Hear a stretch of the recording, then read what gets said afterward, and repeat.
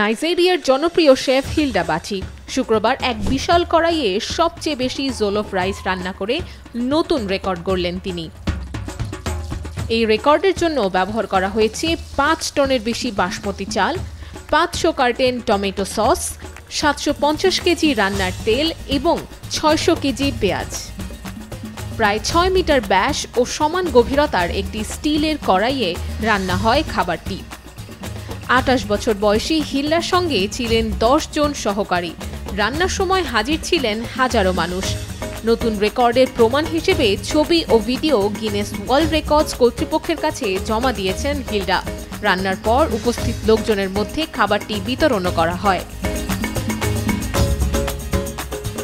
উল্লেখ্য, জোলফ রাইস পশ্চিম আফ্রিকার সবচেয়ে জনপ্রিয় ঐতিহ্যবাহী খাবার। এটি সাধারণত মাংস বা মাছের সঙ্গে পরিবেশন করা হয়।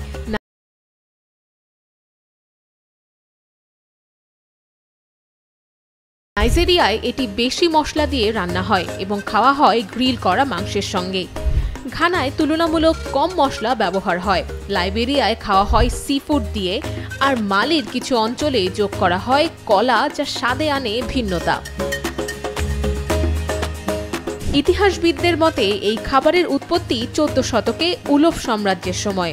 আধুনিক সেনেগাল, মৌরিতানিয়া ও গাম্বিয়ার অংশ জুড়ে গড়ে উঠেছিল সাম্রাজ্যটি। সেখান থেকেই খাবারটির জনপ্রিয়তা ছড়িয়ে পড়ে পশ্চিম আফ্রিকার বিভিন্ন দেশে। তবে এই জোলফ রাইস নিয়ে পশ্চিম আফ্রিকার দেশগুলোর মধ্যে আজও প্রতিযোগিতা চলে। সামাজিক যোগাযোগ মাধ্যমে হয় বিতর্ক। ২০২১ সালে ইউনেস্কো সেনেগালের জোলফ রাইসকে বিমূর্ত সাংস্কৃতিক ঐতিহ্যের তালিকায় অন্তর্ভুক্ত করে। এদিকে এর আগে ৯৩ ঘন্টা ১১ মিনিট বা প্রায় ৪ দিন ধরে রান্না করে বিশ্বের দীর্ঘতম রান্নার ম্যারাথনের রেকর্ড গড়েছিলেন এই নাইজেরিয়ান শেফ হিল্ডা।